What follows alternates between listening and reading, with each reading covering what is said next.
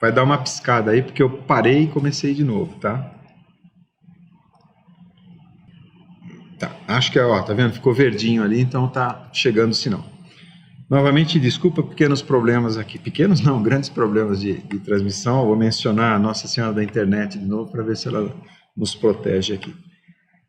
O último item que faltou explicar para vocês aqui do plano de voo é um tutorial, né? Planilha de cálculo. Dependendo do horário, eu até consigo mostrar a planilha para vocês, senão simplesmente eu divulgo a planilha, quer dizer, passo junto nos e-mails lá. Bom, em frente. Explicando então a diferença do que a gente fez na aula 1 para o que a gente vai fazer na aula 2, que é 3 e 5, e a aula 4, que é agora, é o seguinte: a gente, no projeto conceitual, a gente otimiza a máquina antes dela entrar em operação. No caso, na aula 3, a gente viu o estagiamento do foguete. Na aula 5, amanhã, a gente vai ver os motores e combustíveis. Tinha alguém perguntando de combustíveis. Eu vou falar um pouco dos combustíveis amanhã. Como você pode, vamos dizer assim, otimizar a molécula do combustível do seu motor. Na verdade, a gente já tem essa molécula que seria o hidrogênio, do ponto de vista propulsivo meramente. Mas então, quando você faz a otimização conceitual, você faz com base em condições nominais de operação. O que significa isso? Significa que você pressupõe que a temperatura vai ser tanto, que o arraste aerodinâmico vai ser... Quer dizer, você então pressupõe condições de operação, porque você está projetando antes da sua máquina entrar em operação. Quando ela já foi construída, ela vai operar, ela vai encontrar condições reais de operação que não necessariamente são iguais às condições nominais. Entende? Se você tiver graus de liberdade no seu projeto, você pode alterar alguma coisa da sua configuração para otimizar o seu sistema, vamos falar de sistema, às condições instantâneas de operação, que não necessariamente são as condições nominais de projeto. Entende a diferença? No caso aqui do nosso foguete, que é a aula 4, que é essa aula, a gente vai então ver como é que a pilotagem pode ser otimizada, e não o projeto.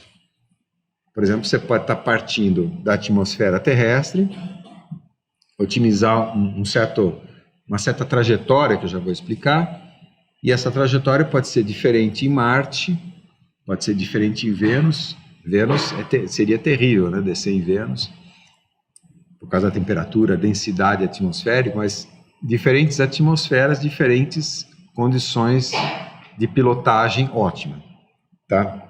Então, vamos lá, isso que eu vou fazer para vocês. O estudo de caso, eu vou apresentar ele agora, os foguetes 4 Lambda.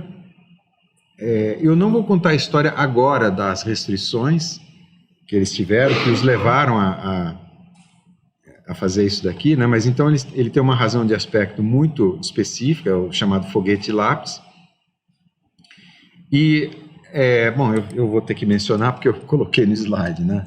Eu queria ganhar um pouquinho de tempo, mas então, o que os aliados impuseram aos japoneses depois da Segunda Guerra é que o foguete não poderia vetorizar o empuxo aqui embaixo. Por que ele não poderia vetorizar? Por que ele não poderia mexer na tubeira do foguete? Porque eles tinham medo que os japoneses construíssem mísseis balísticos e voltassem a atacar a China, etc. Voltassem a atacar as pessoas. Então tinha essa restrição, você não pode vetorizar o empuxo. Mas eles queriam desenvolver o programa espacial, então construíram esse projeto e... tirando proveito, digamos, das leis da física, fazendo um uso muito refinado das leis da física e conseguiram colocar esse foguete em órbita. Então ele é estabilizado passivamente, depois eu vou mostrar a missão para vocês, usando efeito giroscópio. Realmente é uma operação muito sofisticada, que é um bom exemplo para essa aula.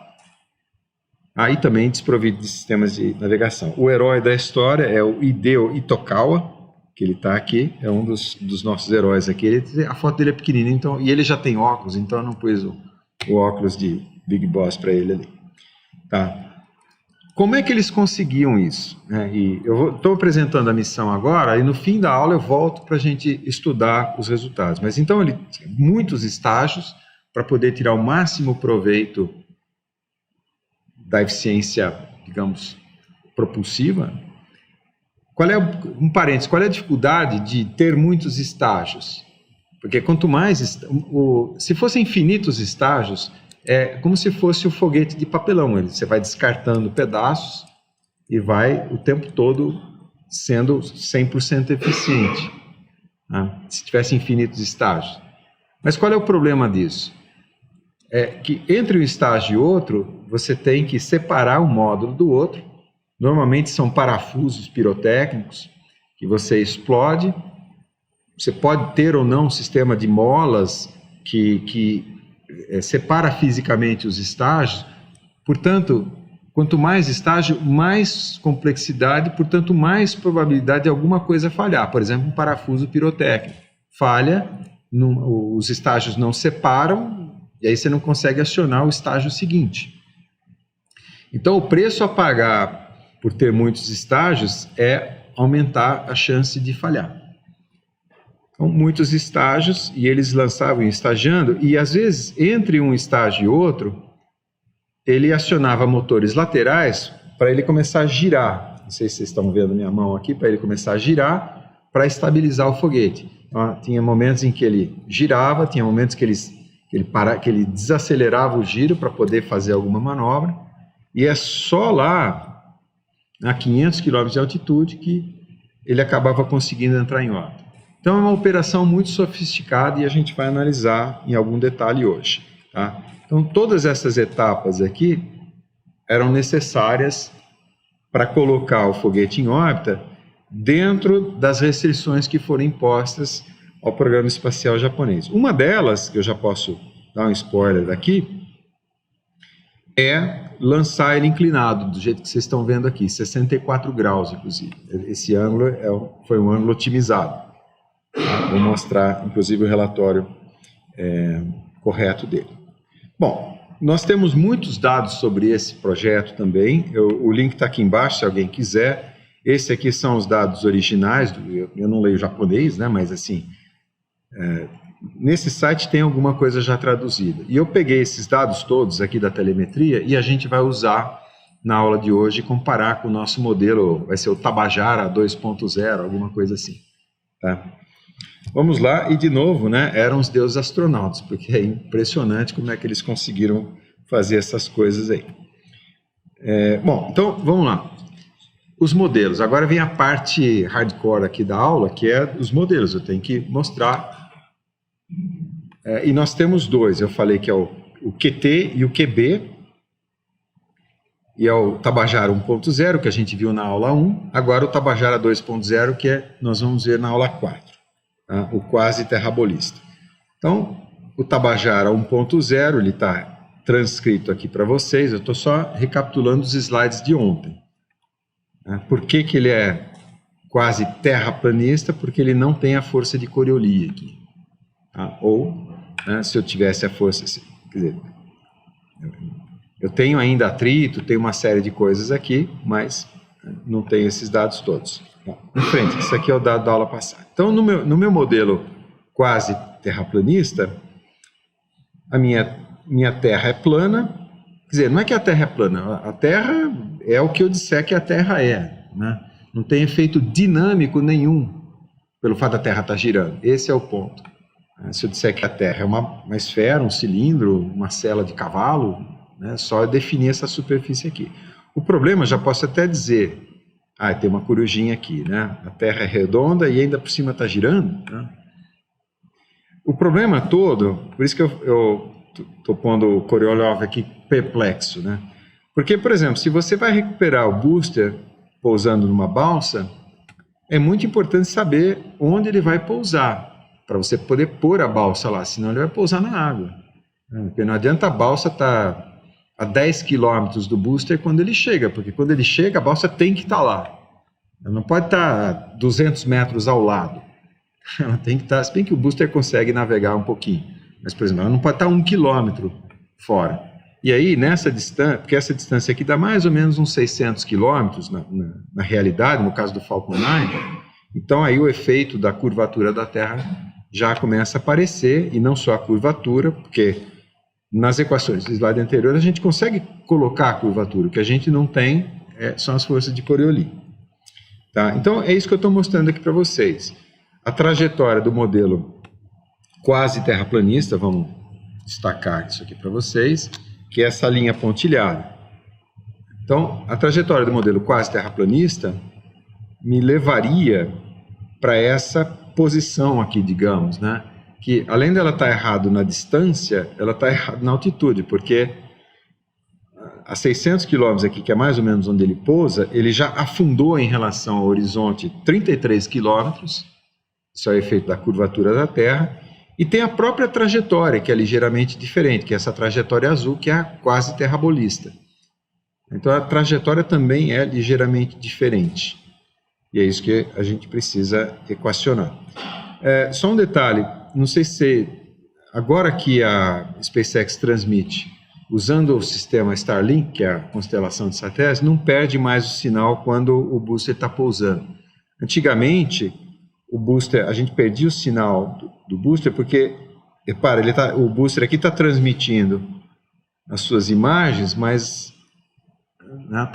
não tem visada, não tem linha de visada para as estações de recepção aqui. Então, esse era um problema de estabilidade do sinal. Para a estabilidade de sinal, beleza, parece que está tudo ok aqui, então tudo bem. Vamos lá, o modelo quase terrabolista. Eu preciso falar de algumas coisas de mecânica. Então, a gente tem aqui um referencial inercial, que é o referencial N, os versores N1 e N2. O N3 está saindo 90 graus do slide aqui. E esse referencial N, N1, N2, N3, está preso no centro da Terra e não gira com a Terra. É o foguete que está em alguma posição da Terra que está girando junto com a Terra. As nossas coordenadas, tanto faz, eu posso fazer um XY aqui ou um Rθ, ou no caso Rφ aqui. Tá? Então vamos às equações. Vamos aos elementos da descrição do problema. Então, no caso, eu estou pegando aqui o exemplo da Laika, que é o cachorrinho que foi lançado, né? E a analogia que eu faço é a seguinte: Newton vai e escreve um conjunto de equações, mas ele tem o referencial inercial. Nem o Korolev e muito menos a Laika tem o referencial inercial. Quer dizer, aqueles dados de telemetria que a gente recebe, que eu mostrei para vocês, são dados vindos do foguete, que é o referencial não inercial. Então, o que a Laika tem, ou quem estiver dentro do foguete, tem o quê? Tem o seu horizonte local, que é aquilo que ela acha que é a horizontal, e tem o zênite local. O zênite é essa linha aqui, né? Que sai do centro da Terra, passa na cabeça da gente e vai até o... Então, está vindo do centro da Terra, fura aqui o foguete e vai para o infinito. Esse é o eixo zenital. Em cima é o zênite, embaixo é o nadir. Tá? São os nomes astronômicos aí das coisas. Tá? Então, os elementos do nosso equacionamento, isso é importante para entender, porque depois eu vou passar em quinta marcha. Eu tenho uma velocidade, que ela tem um certo ângulo gama medido em relação ao horizonte local. Por que que é assim? Você põe o foguete, aí você põe, por exemplo, um giroscópio no foguete. À medida em que o foguete gira, o giroscópio mantém o horizonte local e você mede esse ângulo. Mas lembra, o giroscópio está acelerando junto com o foguete. Então é o dado que a gente tem, não adianta eu querer. Quem tem o referencial não inercial é o Newton aqui no centro da Terra. Tá? Então, velocidade que tem essa direção em relação ao horizonte local. Eu tenho a força gravitacional, ela está alinhada com o eixo zenital, que tem um ângulo φ com o que seria o horizonte do Newton ali, o horizonte newtoniano. O outro elemento que a gente tem é a força de empuxo T aqui de thrust, tá? Que faz um ângulo delta com o eixo do foguete, isso aqui é a vetorização do empuxo. E um detalhe, eu estou considerando o foguete como um ponto material, então eu estou considerando todas as forças atuando no centro de massa. Ou seja, estou desprezando os giros do foguete, então as três equações de giro, e eventualmente alguma deformação, alguma coisa assim. que mais eu tenho de elemento aqui? Eu tenho o arraste aerodinâmico. O arraste aerodinâmico, esse sim já é o primeiro elemento que tem a ver com a rotação da Terra. Tá? O arraste aerodinâmico faz um ângulo θ em relação ao eixo do foguete, e é muito importante que eu preciso falar para vocês. Esse ângulo θ, ele tem a ver com a rotação da Terra e tem a ver com Pedro Álvares Cabral, Vasco da Gama, mas Pedro Álvares Cabral principalmente. Vocês vão ver. Aguarde que eu vou explicar por quê. Deixa eu ver se tem mais algum elemento. E o nosso sistema de coordenadas, o sistema L da Laika, que são eixos presos no foguete. O L1 é o eixo longitudinal do foguete e o L2 é o eixo normal. É um triedro, né, que a gente define L1 e L2, aí o produto vetorial do L1 por L2 dá o L3. Só que no caso aqui, eu estou considerando tudo no plano, então o L3, que está 90 graus do slide aqui, ele coincide com o que seria o N3 aqui do sistema newtoniano. Bom, esses são os elementos, e como esses são os meus dados de telemetria, é com esses dados que eu preciso escrever as minhas equações. Tá? Então, ótimo. Hipóteses simplificadoras do meu modelo. A atmosfera gira cativa com a Terra. A atmosfera gira cativa com a Terra, esse foi um cativo, vem da aula passada. Então, a atmosfera segue a rotação da Terra, não porque não tem quem acelere a atmosfera na medida em que você vai ganhando altitude. Então, a Terra tem toda uma circulação atmosférica que precisa ser encarado em 3D, que, né, na verdade, o melhor exemplo é Júpiter. Sabe aquelas camadas e aqueles turbilhões que tem em Júpiter? Aquilo é puro efeito da força de Coriolis num sistema rotacionando. Vocês podem fazer esse experimento em casa para ver. Pega, por exemplo, um prato. Aqui eu só tenho um pires, né?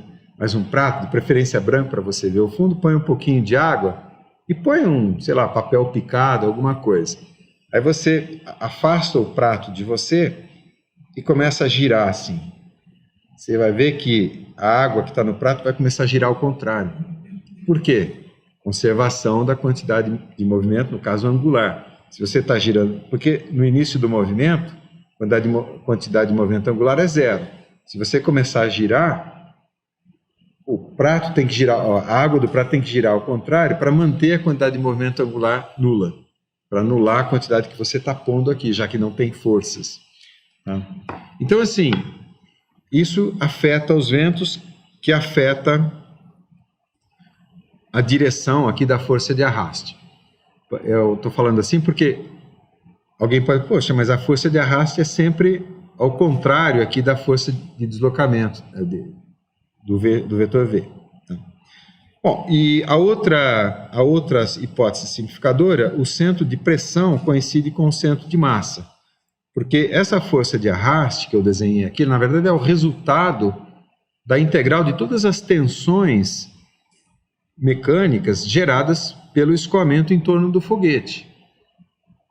E isso, então, resulta num centro que a gente chama de pressão, que não necessariamente é igual ao centro de massa do sistema. Os aviões têm esse problema, né? Dependendo de como ele vai gastando combustível, ele vai mudando o centro de massa, ele vai tender a, como a gente diz aqui em São Carlos, subir para cima ou descer para baixo. Aí o piloto corrige nos estabilizadores. Mas são hipóteses simplificadoras. Então, deixa o nosso modelinho lá. Eu gastei bastante tempo, investi bastante tempo, né? A gente vai fazer algumas hipóteses simplificadoras, que inclusive o θ é igual a zero. Né? Tá? E vamos aqui à parte anti-educacional. Vamos lá. Então, eu tenho... Só para explicar a lógica do que eu vou fazer agora, né? O modelo quase terrabolista seria escrito ali com referencial inercial. O quase terraplanista, que a gente escreveu na aula passada, seria o ponto de vista do Korolev, e nós vamos desenvolver um modelo quase terrabolista para a Laika. Como é que funciona isso? Agora, só vou explicar aqui, olha, vai ter uma figurinha animada. O que vai acontecer? Esse par de eixos que está aqui são os eixos ali do sistema newtoniano. A Laika está num foguete que está fazendo um giro ali, né? É o tal do giro gravitacional para poder entrar em órbita. Então a gente tem que escrever as equações num sistema que está rotacionando. Então eu preciso escrever, incluir, melhor dizendo, as forças inerciais. Eu uso o exemplo da Laika, não é para ser jocoso, mas é para dizer o seguinte: ela foi lançada numa cápsula completamente fechada, não tinha janela, não tinha nada. Então ela, coitada, ela achava que estava na Terra ainda. Puseram ela dentro de uma gaiola, botaram ela lá dentro, de repente um barulhão e ela começa a sentir força para um lado, força para o outro, e ela achando que está parada. Então ela não entende o que está acontecendo. Essas forças que ela... que é quando a gente está num carro, imagina você está de olhos fechados num carro e alguém faz a curva. Não dirija com olhos fechados, não é isso que eu estou dizendo. Você é passageiro num carro de olhos fechados. Aí o motorista faz a curva, o que vai acontecer com você? Você vai sentir uma força te empurrando para o lado. São as forças inerciais. Elas não existem de verdade. Elas existem porque eu estou tentando entender a realidade num modelo que não é inercial, num referencial que não é inercial. Bom, vamos lá. Eu não sou professor de mecânica, mas estou tentando fazer o meu melhor. Então, as nossas hipóteses do modelo quase terrabolista, ele vai ser quase terrabolista porque eu vou, quer dizer, terrabolista porque eu vou incluir as forças de inércia para incluir o efeito de rotação.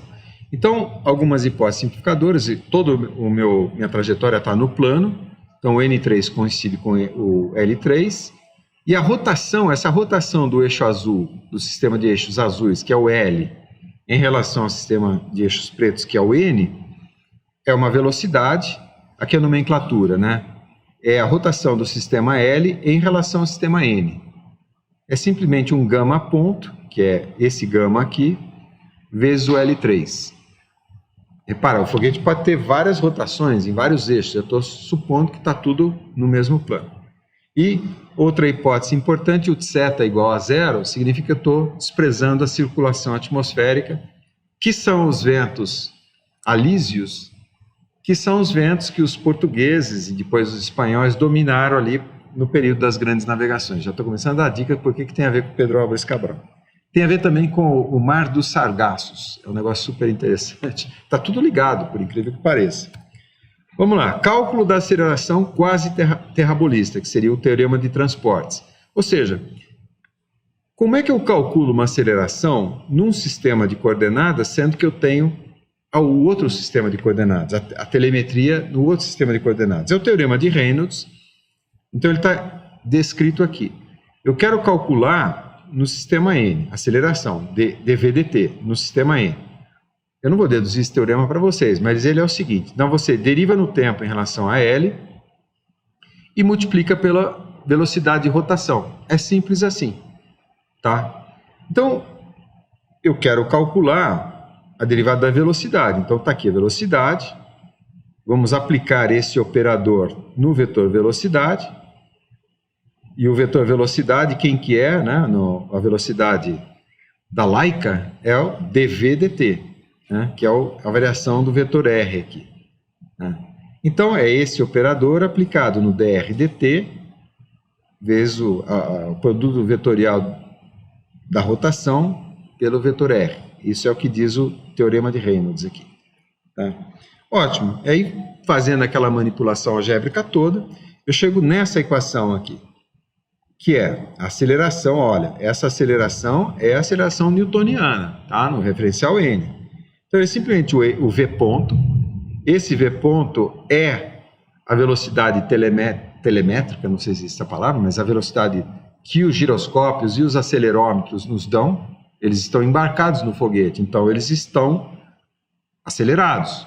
Então, é o V ponto. L1, repara, na direção do foguete aqui, do vetor velocidade, e aparecem outras coisas aqui interessantes, na direção 2, que é V, gama ponto, menos V quadrado, cosseno de gama sobre R. Você já reconhece esses dois elementos aqui? Quem é V quadrado sobre R? espetar ou fugar, né? Depende de como você enxerga. No caso é fugar porque a gente está no referencial acelerado. E esse aqui, V gama ponto. Coriolis. Então a centrífuga e a força ou aceleração de Coriolis aparecem só porque eu estou usando o meu vetor aqui do referencial L. Então, assim, tem duas maneiras de mostrar isso. A maneira matemática, que é o que eu acabei de fazer, e a maneira física, digamos, que eu procuro, então, fazer esses exemplos. Você de olhos fechados num carro, ou a Laika confinada ali naquele casulo. Tá? São as forças que você acha que existem, porque você não sabe que está em movimento. Einstein falou isso. Não tem como você diferenciar força de atração gravitacional da aceleração, por exemplo. Ele fala isso, né? Se você está no elevador e esse elevador está subindo, está acelerando para cima, você não tem como diferenciar a força que você experimentou ali confinado no elevador de força de atração gravitacional ou essa força, digamos, de inércia. Tá? Então é isso. Bom, aqui eu coloquei só uma formulinha, que é quando você passa de uma base para outra, é só a matriz de rotação. Porque o ângulo de rotação é o gama ali, que é esse ângulo aqui, tá? Isso aqui é transformação de coordenadas. Então, a Laika já está dizendo para nós, eu tenho esse termo aqui, que é o que a gente chama de aceleração linear, que é a velocidade, ou é a aceleração que o acelerômetro embarcado me dá. Ele não é a aceleração que o acelerômetro transmite pela telemetria, não é a aceleração newtoniana, correto? Porque ele está girando, está acelerado. E aí eu tenho esses outros termos aqui, que seria a Coriolis, V gama ponto, e a centrífuga, V quadrado sobre R. O cosseno de gama é só para acertar a direção, né, para corrigir em relação ao eixo L2 ali. Ótimo. Então, eu tô começando a esconder o slide, né? Isso aqui são coisas de mecânica vetorial, no caso dinâmica vetorial.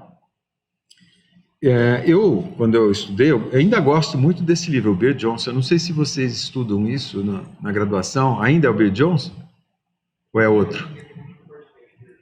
Recomenda, né? Eu gosto muito desse canal. Eu sei que hoje em dia o aluno sempre olha primeiro vídeos, né? Depois é que vai para o livro. Por isso que eu fiz os vídeos sobre aeroespacial e depois eu fiz o livro. Mas eu recomendo esse canal desse professor, também é um professor como eu, né? E eu gosto muito das aulas dele de mecânica vetorial. Tá?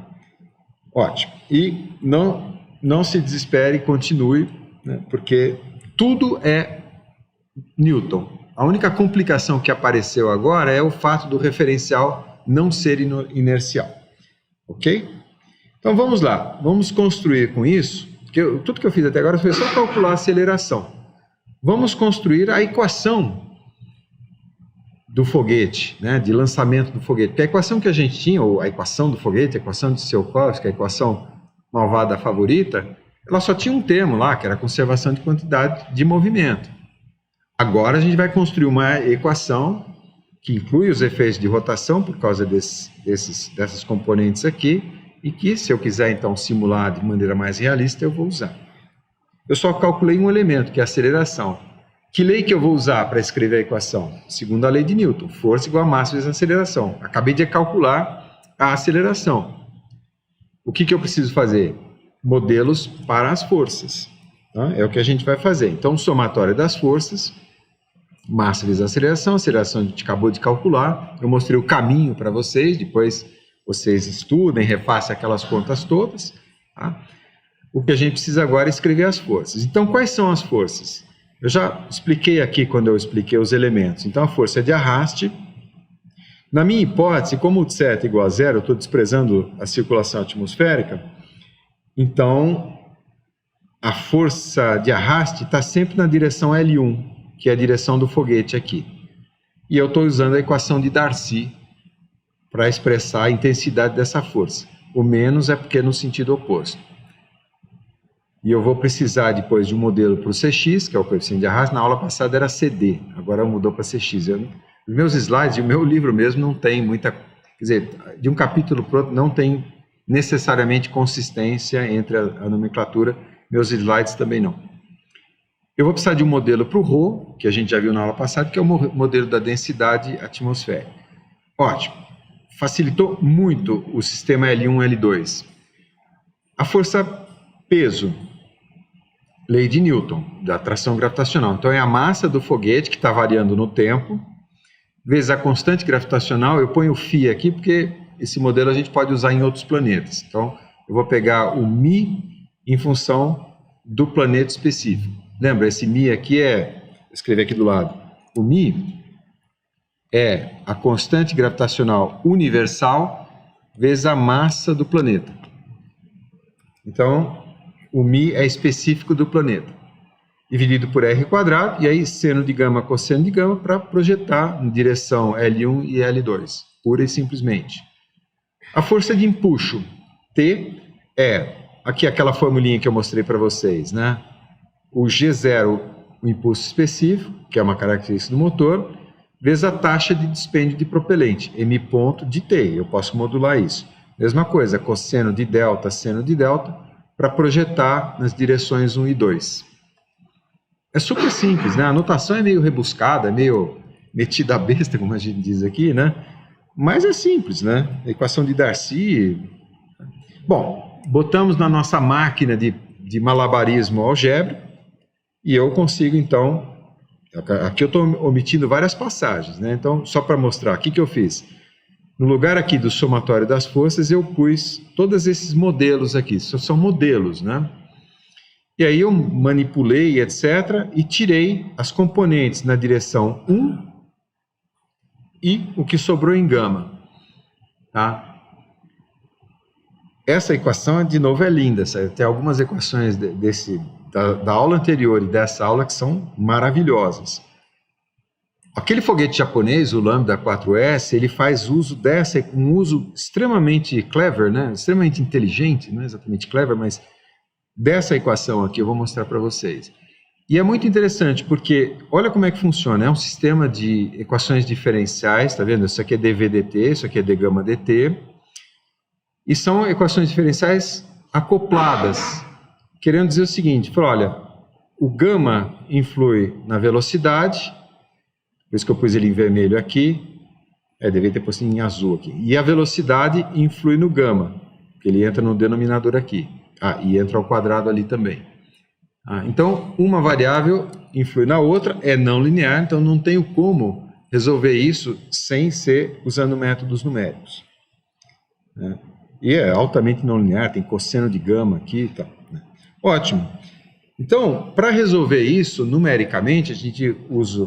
Isso aqui, na verdade, essa equação é mais simples que a equação... É mais simples de programar que o Tabajara 1.0, que é quase terraplanista, que eu mostrei na aula passada para vocês. Fiz uma planilha em Excel. A única... Não é dificuldade, é uma complexidade, é assim...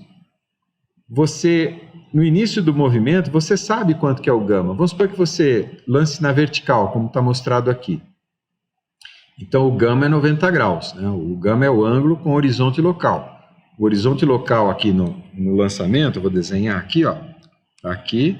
Então, o gama inicial é 90 graus, que é o que é comum, correto? Então, o gama zero você conhece. Aliás, o V0 você também conhece. Então, você começa com o gama zero aqui, o V0, e calcula, né, o próximo, o dV/dt, calcula a aceleração. Tá. Aí calculou a velocidade no instante ΔT seguinte, aí você entra com essas velocidades nessa equação aqui e calcula o próximo gama. E aí vai iterativamente assim, ó. Entenderam? Então é só um esqueminha de iteração em que, digamos, o passo de tempo da discretização de gama é ligeiramente deslocado, quer dizer, é deslocado de um ΔT do passo da discretização das velocidades. Isso vai ficar claro na planilha. Tá?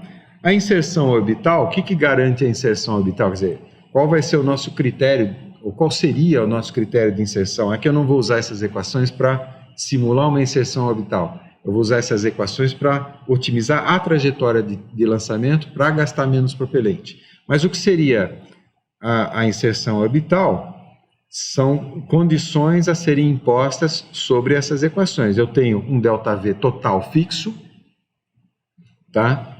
Que é o orçamento da minha missão.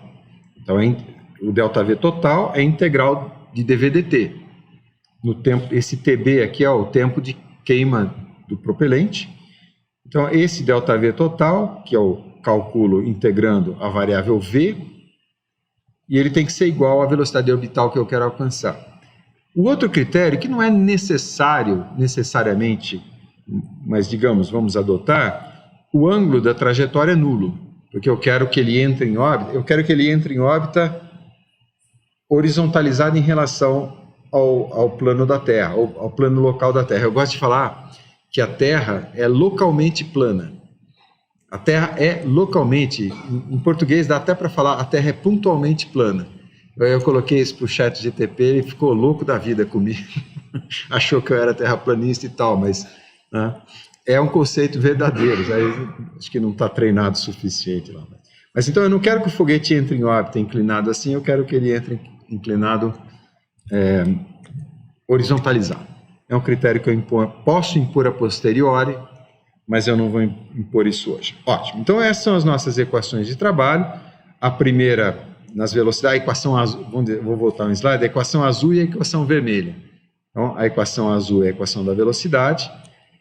O que eu tenho como critério de pilotagem agora? Porque aquelas equações, mais aquelas restrições finais, são as equações que governam, são restrições. Agora eu quero pilotar o foguete, eu não expliquei ainda o critério, mas quais são as variáveis que eu posso mexer? O que eu posso mexer? Em duas coisas. No M ponto, porque isso aqui é a taxa de consumo de propelente, é só acelerar e desacelerar a bomba aqui dos motores, a turbobomba. E a outra coisa que eu consigo mexer é a vetorização do empuxo, é o delta.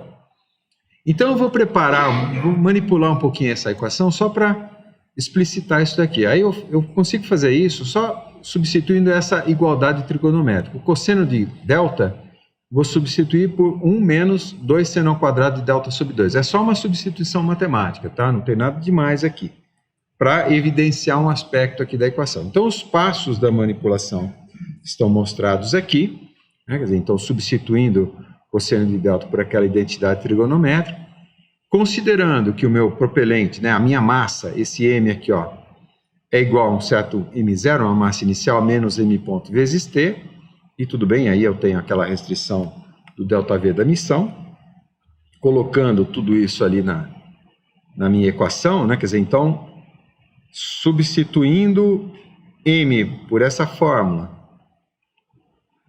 já fiz esse substituto trigonométrico, e integrando isso daqui, ó, integrando isso aqui por assim, ó, dt, eu chego nessa equação aqui, né? O ΔV total, aqui ó, integral de dv, isso aqui é dv dt, né? Dv dt vezes dt, cancela os dt's, os matemáticos vão me matar, mas digamos, cancela os dt's, fica integral de dv, que é ΔV, tá? Do lado esquerdo da igualdade. Do lado direito, então, eu tenho essas expressões. Olha que maravilhosa. Por isso que eu falei que era linda aquela expressão, né? O que eu tenho quando eu integrei esse termo aqui, ó, M ponto, G e SP sobre M? Eu tenho de novo a equação de Tsiolkovsky, que é a nossa equação malvada favorita. Lembra? Tsiolkovsky, eu vou até desenhar aqui. Tsiolkovsky é só isso aqui, ó. Agora eu tenho o quê? Eu tenho outros efeitos sendo considerados, outras perdas, porque eu falo perdas porque é negativo. Vamos lá, eu acho que vocês conseguem adivinhar. Esse é teste de professor, para ver se vocês estão acompanhando. Tenta chutar, vai. Que perda que é essa daqui? Ela tem a ver... Não é gravitacional porque... O gravitacional, tudo bem, gravitacional seria essa, né? Porque tem a ver com o Mi. Né? Essa daqui é uma perda que depende, é só ver que variável que está afetando, é o delta. Se você não vetorizar o empuxo, o delta é zero. Se o delta é zero, esse termo aqui é zero. Seno de zero é zero, né? Então, quando você vetoriza o empuxo, o foguete está subindo para cima, você está empurrando para o lado, e você está gastando propelente para empurrar para o lado. Né? Então, parte do propelente é gasto na componente vertical, que faz o foguete subir para cima, como a gente diz aqui em São Carlos, e outra parte, que é multiplicado por aqueles senos de delta sobre 2, está sendo usado para lateralizar o movimento. Então, é uma perda. Né? Aqui sim, é o que você falou, perda gravitacional, e a gente batiza isso de arraste gravitacional, não é exatamente um arraste, mas é uma perda. E aqui, essa aqui acho que é mais, então, dinâmica, é aerodinâmica. Né? Então, por isso que eu falo, essa equação é maravilhosa. Né? Então, essas são, eu quis que vocês adivinhassem. Né? Então, a equação de Tsiolkovsky, a perda direcional, tá? Uma perda, o arraste gravitacional e o arraste aerodinâmico. Tá? É fantástica essa equação. O modelo Tabajara quase terrabolista. E esse é o gol do Pelé, eu uso é o gol de bicicleta do Pelé. Né? Então, é maravilhoso essa equação. Vamos lá. A equação vermelha. Agora a equação vermelha eu pus em azul aqui, não mantive a consistência nas cores. Essa daqui explica que não eram os deuses astronautas, eram os japoneses com conhecimento muito bom dessa equação. Então vamos lá, eu trouxe a equação do gama, está transcrita aqui, e a mesma coisa, eu quero fazer a análise da missão, então eu integro no tempo. Então, o delta gama, que digamos, se eu lancei a 90 graus, e no fim eu quero que ele seja zero, porque eu quero que o foguete entre em órbita horizontalizado, então eu integro isso, esse delta gama vai ser 90 graus. Só um parênteses, no caso ali o lambda, eles otimizaram o ângulo inicial. Normalmente a gente começa com 90 graus, eu já vou explicar por quê, mas como eles não podiam vetorizar o empuxo, então eles lançavam com um certo ângulo aqui. 64 graus foi o ângulo ótimo que eles descobriram. O ônibus espacial, por exemplo, ele lançava, imediatamente ele girava para que a força de sustentação gerada pelas asas do ônibus espacial ajudasse a horizontalizar o movimento. Tá? Tudo isso vai aparecer nessas equações aqui. Mas então vamos lá, integrando a equação agora azul, né? Eu tenho esses termos aqui, tá? E aí eu tenho elementos importantes da equação. Eu sempre falo o seguinte, a equação é a expressão matemática de uma física. É muito mais importante entender a física do que a expressão matemática. Matemática é matemática, a gente, né, na engenharia usa como linguagem, é uma ferramenta de abstração. Então eu tenho aqui, na verdade, o quê? Para produzir aquele delta gama, que digamos é o delta gama da missão, oi?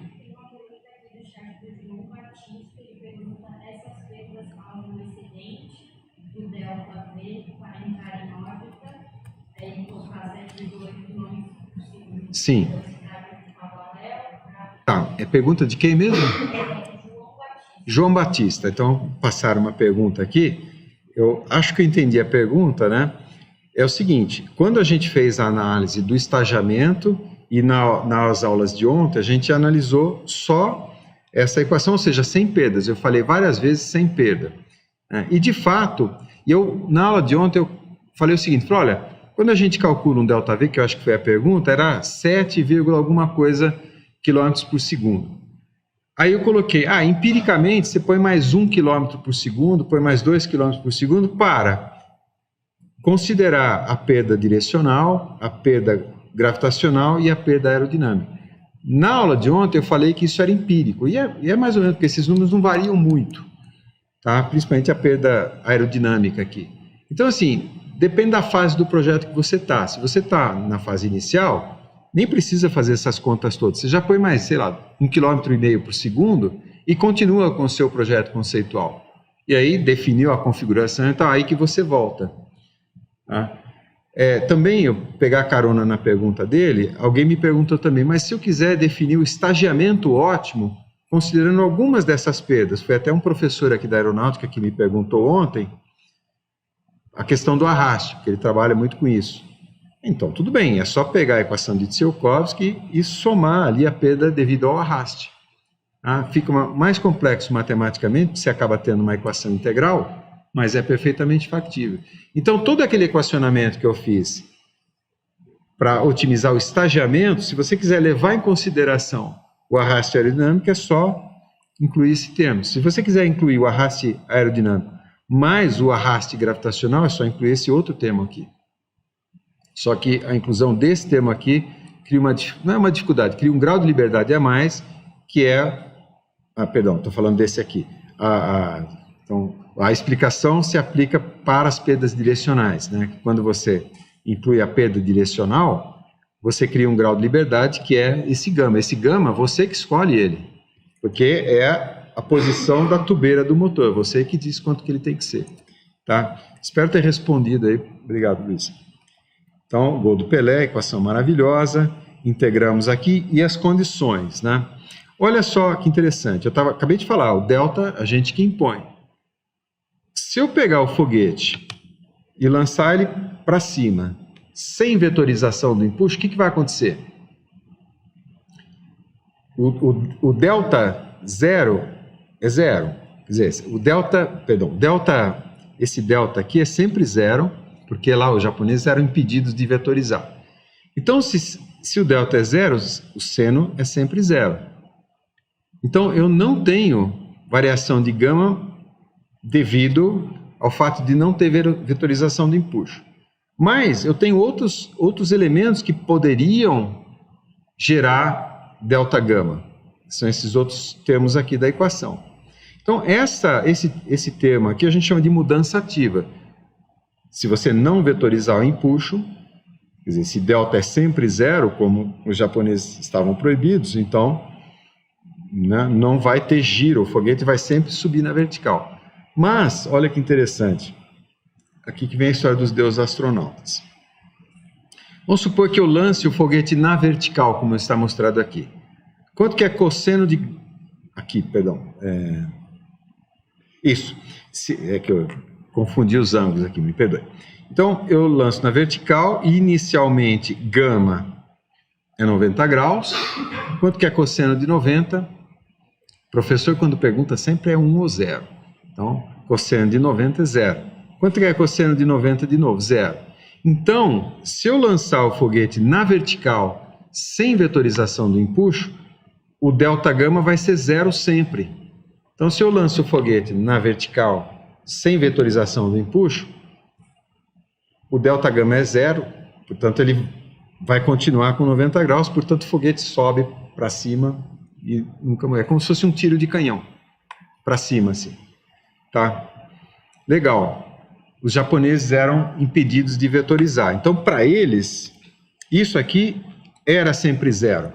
Qual é a alternativa para você produzir delta gama? Não sei se vocês entenderam, porque para você entrar em órbita, você precisa entrar em órbita com velocidade horizontal. Então, o delta gama nosso tem que terminar, o gama tem que terminar em 0. Tá? Mas eu não posso lançar o foguete com velocidade 0. Perdão, velocidade 0 não, eu não posso lançar ele na horizontal, né? Vou destruir o prédio do lado e tal. Né? Então, qual é a alternativa? É lançar com gama 0 diferente de 0. Por que acontece? Olha, o foguete japonês, essa componente é 0, porque o delta é sempre 0, portanto não tem mudança ativa da direção da velocidade. Mas, se você lançar com uma ligeira inclinação, o gama 0 é diferente de 0, digamos que seja 50 graus, cosseno de 50 não é 0, então eu consigo, né, ter uma variação do ângulo aqui. Tá? E de fato foi o que eles fizeram, né, para poder produzir esse giro. Então é interessante, porque lançando com um ângulo diferente de 0,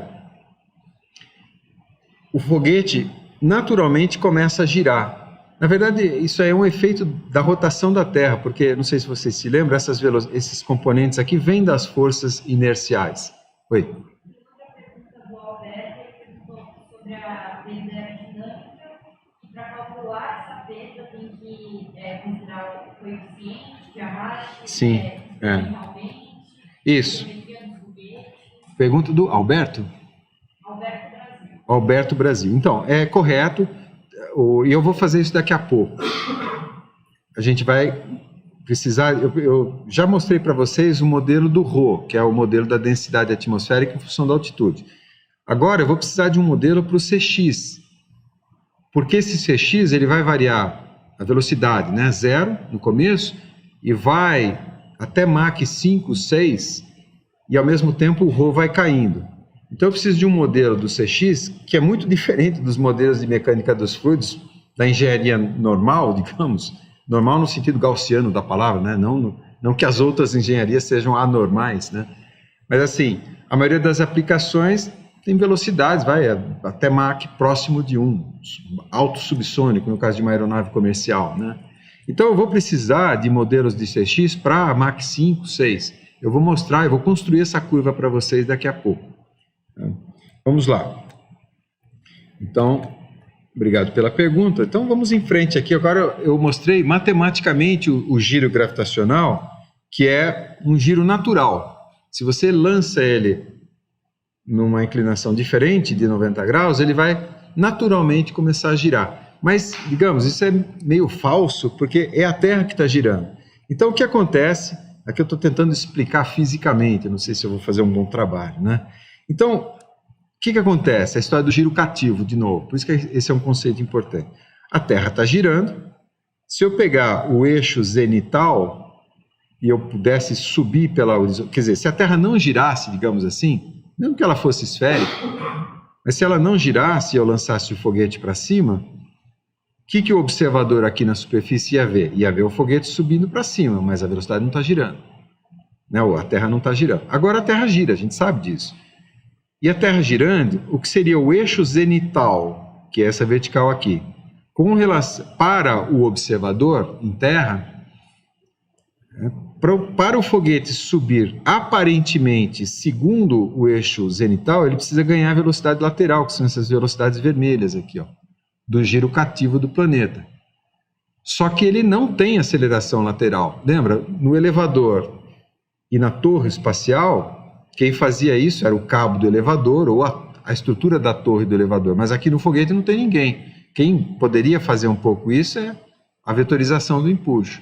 Então o que acontece quando eu lanço o foguete é que a gente lança, vamos supor, a gente lança o foguete para a vertical, mas a Terra se desloca, porque ela está girando, né? Então, em t igual a 0, a Terra está nessa posição. Em t igual a ΔT, a Terra está nessa outra posição. Então, aparentemente, para o observador, o foguete girou, ele executou aquele giro. Tá? Então, é isso que acontece aqui. Agora, então, eu despoluo o slide. Pode falar. Sobre isso, o ângulo que a gente trouxe para realizar esse lançamento, um diferente de 90, é só a rampa que é diferente ou a letra diferente? Não, boa pergunta. A pergunta foi se é preciso só que a rampa seja diferente ou as aletas. Não, aí é a rampa, digamos, é o gama em t igual a 0. As aletas vão produzir alterações, né, usando a força aerodinâmica, mas ao longo da trajetória, quando tiver velocidade. E claro, o problema de você... Essas aletas, é que o foguete tem aletas aqui, elas são usadas mais para estabilizar o movimento do que outra coisa.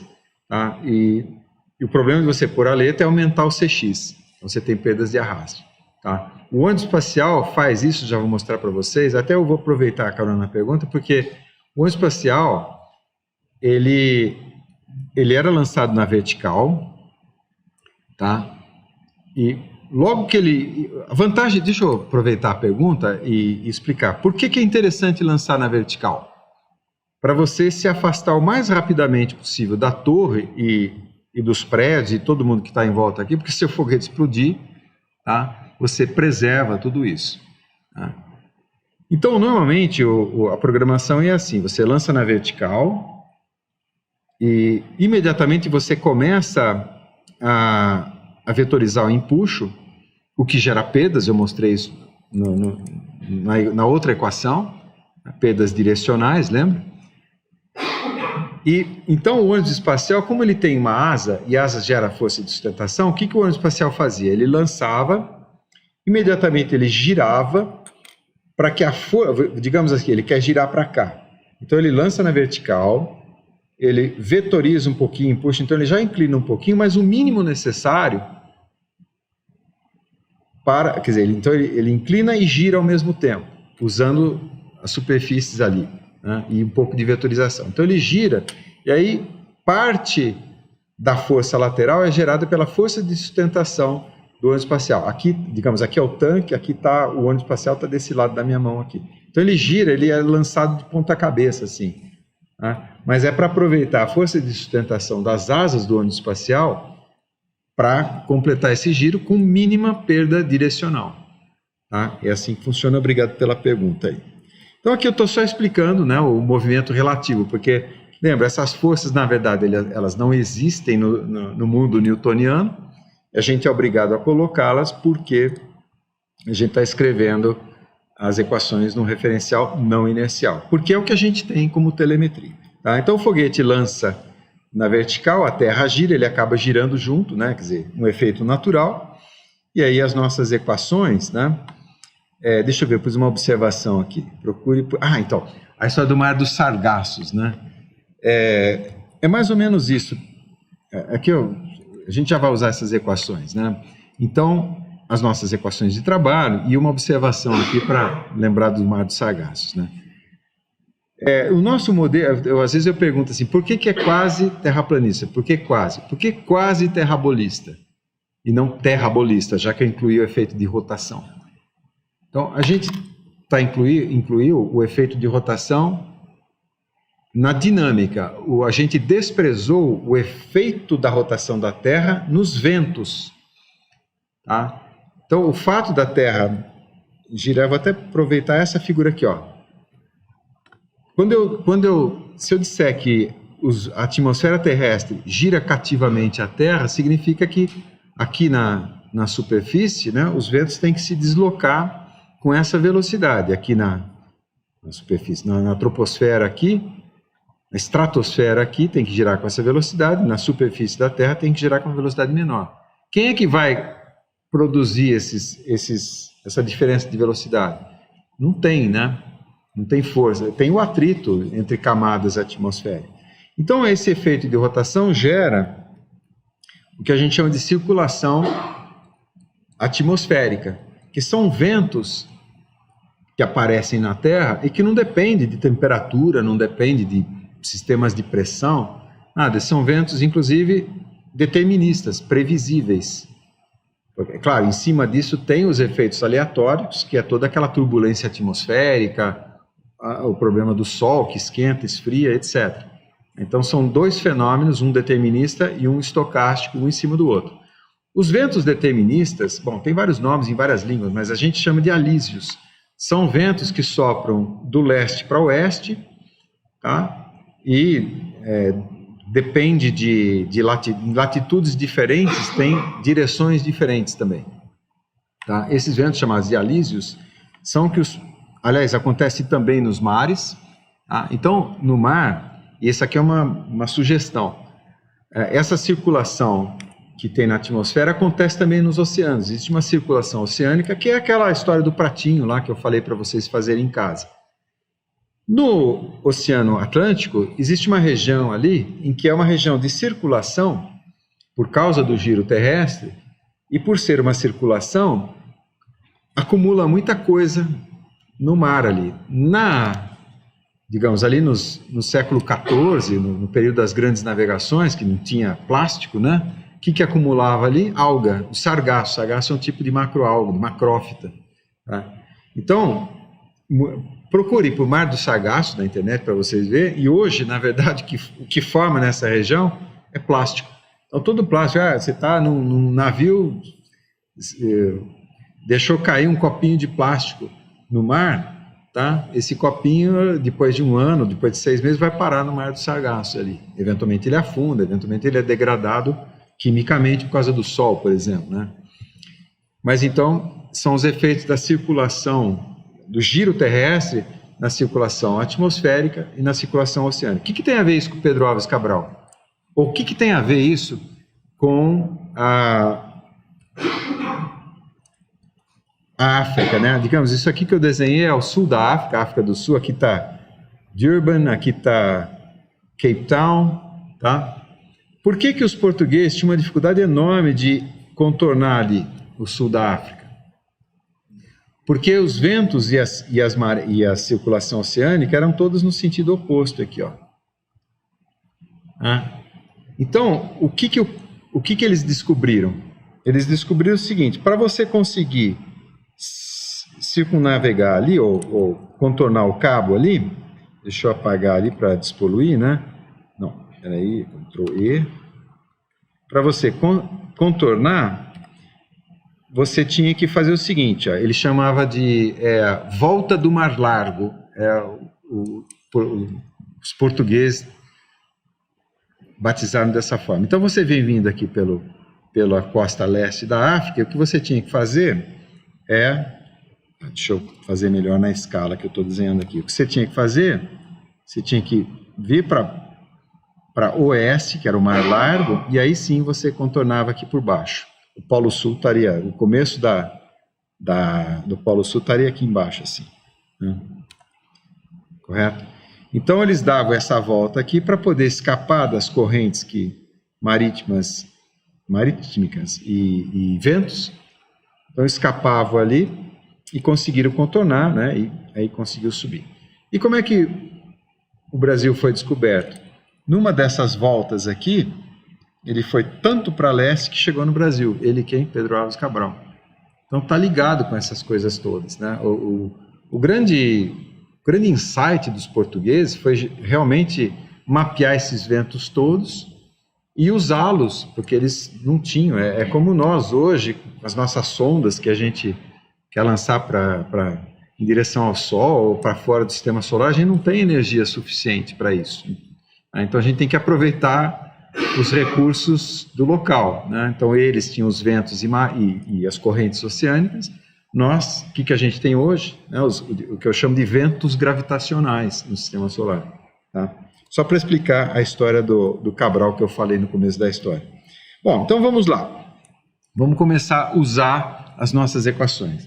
E aí eu tenho... estou com tempo. Estou meio preocupado com o tempo hoje por causa do ônibus de vocês.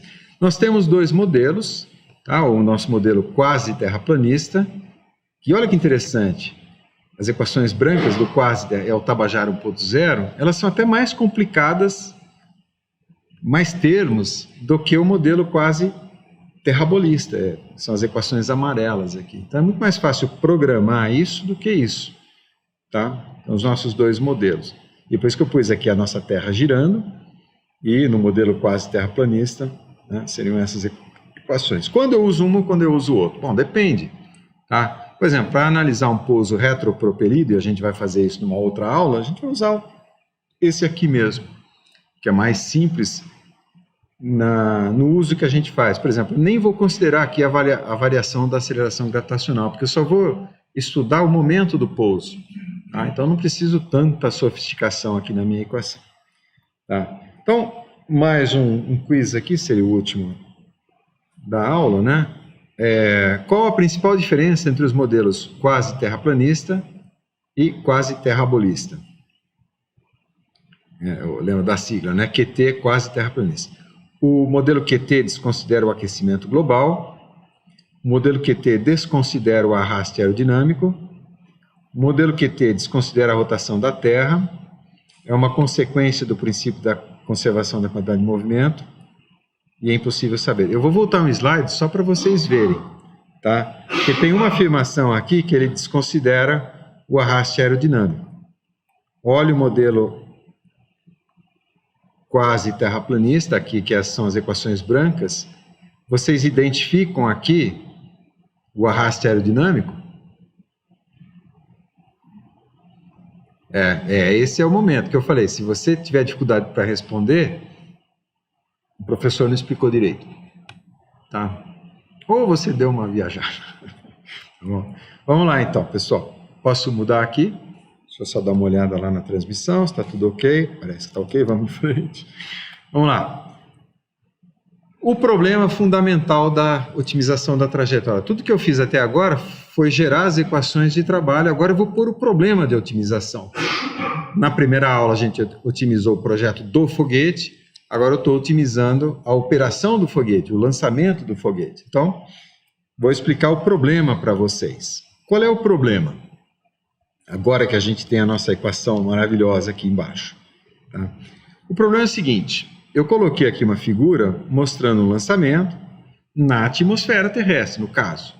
E com as nossas referências ali, a altitude, né, de voo comercial, 10 km, a altitude máxima alcançada por um balão, e digamos que a gente vai para uma órbita LEO de 200 km, só por referência. Bom, e tem um detalhe aqui na figura, que é um degradê aqui, que é esse azul. Esse azul está representando a variação da densidade do ar. Então, quanto mais alto, né, menos denso. Portanto, o que acontece nas equações? Esse termo aqui, ρ, o ρ vai diminuindo exponencialmente. Então, essa perda aqui, que é a perda aerodinâmica, a quantidade de perda vai diminuindo também. Qual é o problema? O problema é o seguinte, eu posso lançar o foguete numa trajetória mais vertical. Por quê? Porque aí eu furo a atmosfera mais rapidamente, portanto eu exponho ele menos tempo às perdas aerodinâmicas, só que, quando eu faço isso, depois eu tenho que girar e acelerar horizontalmente. Tá? Então, assim, eu perco aqui, quer dizer, eu perco menos aqui, mas eu vou acabar perdendo mais aqui, por exemplo, e aqui também, né, porque eu tenho essa velocidade, é a velocidade horizontal. Tá? Ou, alternativamente, eu posso lançar numa trajetória mais horizontalizada, portanto, já ganhando velocidade lateral, velocidade horizontal, mas eu exponho o foguete mais tempo às perdas aerodinâmicas. Tá? Qual que é a solução ideal? Aí que entra o problema de otimização. Então, algumas coisas, né? Naquela trajetória inicial eu tenho menos arraste aerodinâmico, mas tenho mais arraste gravitacional, né? Porque eu fico mais tempo exposto aqui a essas perdas. E a história do arraste gravitacional, repara, eu vou fazer um parênteses aqui, só para explicar a questão do empuxo, por que a gente põe um booster de motor sólido, por exemplo, no início da decolagem, mesmo que seja um motor tremendamente ineficiente. Porque é o seguinte, e aqui eu estou explicando por que é uma perda. Repara que se eu colocar uma força de empuxo total T aqui, só suficiente para equilibrar o peso, o que vai acontecer? A velocidade é zero. Tá? Então, meu ΔV é zero. Percebe? Então, quanto mais rápido for quanto mais intensa for essa força de aceleração, menor essa perda gravitacional. Então é por isso que na partida a gente precisa de força, não tanto de eficiência. Por quê? Porque eu preciso começar a acelerar o foguete, basicamente. Isso seria a interpretação física. A interpretação matemática é esse termo aqui que a gente está... Né, conforme o R vai aumentando aqui no denominador, eu não gosto de explicar matematicamente, mas às vezes é interessante, né? Então, conforme o R vai aumentando aqui no denominador, então esse termo vai diminuindo, essa perda vai diminuindo. E quanto mais rapidamente eu acelerar, mais rapidamente o R aumenta aqui. Tá? Ótimo. Então, vamos lá, né? Voltando aqui à explicação. A primeira trajetória, menos arraste, menos perda com arraste aerodinâmico, mais perda com arraste gravitacional. A segunda trajetória, eu admito mais arraste aerodinâmico, mas eu vou ter menos perda gravitacional. Licença para manutenção da voz aqui. Então, vamos à nossa equação de trabalho. E eu quero analisá-la do ponto de vista do projeto. Então, quais são os elementos? Os ISPs aqui, eu estou considerando um, né, só para efeito didático, digamos, mas os ISPs me falam da eficiência propulsiva. O delta, eu quero o mínimo possível. Por quê? Para diminuir as perdas direcionais. Por isso que o ônibus espacial faz aquele giro lá e tal, para vetorizar o mínimo possível. O coeficiente de arraste, quer dizer, a área seccional, a área molhada, como a gente diz, e o coeficiente, eles dependem da geometria. Então, aqui entra estudos de aerodinâmica, que se eu quiser diminuir, né? O M ponto, ele vai ser o máximo possível, pelas razões que eu expliquei ali no slide anterior. Quer dizer, a taxa de consumo é a máxima possível para evitar aquelas perdas gravitacionais, tá? Aqui e aqui. Então, tem mais termos aqui. O que sobra, ou melhor dizendo, o M ponto aqui é a minha estratégia de estagiamento, faltou essa explicação. E aí tem a minha pilotagem, né, que é o gama, que vem daquela nossa segunda equação, uma equação subsidiária, digamos assim. Tá? Eu estou usando essa figura meio que para montar o que seria a situação de projeto. Tá?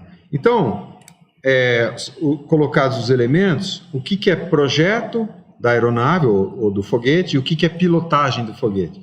Obviamente, a eficiência do propulsor é o projeto do motor, é o motor. Então, isso é sempre a priori. Uma vez que eu tenho motor, eu não mudo mais a sua eficiência, correto? Já o delta é o ângulo de vetorização do empuxo. Então, isso tem a ver com a pilotagem. O AX, a área seccional, e o CX, mas principalmente o AX, tem a ver com o projeto. É que o CX tem a ver, por exemplo, com a geometria da ogiva. Se ela é cônica, se ela tem um formato parabólico. Então, tem a ver com o projeto. E uma vez que eu defini, está definido, não mudo mais, né? O M ponto também é uma questão de pilotagem. Eu já mostrei para vocês que o ideal é ser o máximo possível. Na verdade, o que seria um lançamento ideal é o lançamento de um canhão. Todo o M ponto você gasta instantaneamente em T igual a 0. É o que seria um canhão. Tá? Que aí que acontece? M ponto é infinito em T igual a 0 e 0 no restante, portanto, essa integral, toda essa perda aqui é nula no restante dessa integração no tempo aqui. Tá? E a estratégia de estagiamento, que é aquela curva em degraus que eu mostrei na aula passada para vocês, tem a ver com o projeto também. Tá? E a nossa equação subsidiária é simplesmente uma restrição. A gente calcula V, usa V para atualizar o gama, e aí ele volta na equação de lançamento ali. Então, nessa equação eu expliquei uma coisa que estava no começo da aula, que era esse slide aqui, eu não sei se vocês vão se lembrar. Nós temos dois problemas de otimização. Uma que envolve o projeto conceitual, que é tudo que está escrito projeto aqui, e é o estagiamento, os motores, etc. E o operacional, que tem a ver com a pilotagem. No caso, então, o histórico, o protocolo de dispêndio de propelente. Por exemplo, eu posso desacelerar o foguete quando ele vai passar a velocidade do som, Mach igual a 1, para diminuir um pouquinho o carregamento estrutural. Tá? Esse é o protocolo, né? E a vetorização do empuxo. Então, são elementos da otimização operacional, que eu estou chamando de pilotagem, que é o objeto da aula de hoje. Fala.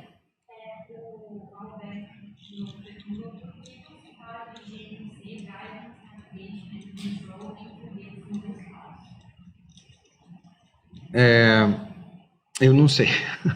Eu precisaria pensar, desculpa, Alberto, né? Eu não estou a par, né? Prefiro nem chutar, né? Então, humildemente, eu vou jogar a toalha. Tá, obrigado pela pergunta, de qualquer forma. Vamos lá. Então, essa é a nossa equação. E aí, de novo, vem as minhas analogias. Vamos voltar para o lambda 4, a gente vai usar ela para...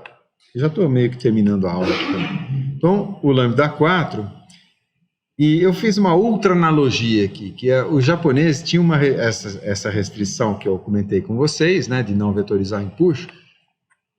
E é mais ou menos como construir esses navios aqui dentro de garrafas, que não é muito difícil construir um modelo desse, ou é difícil, mas é muito mais difícil construir obedecendo à restrição de, seja lá o que for, passar tudo pelo gargalo da garrafa aqui.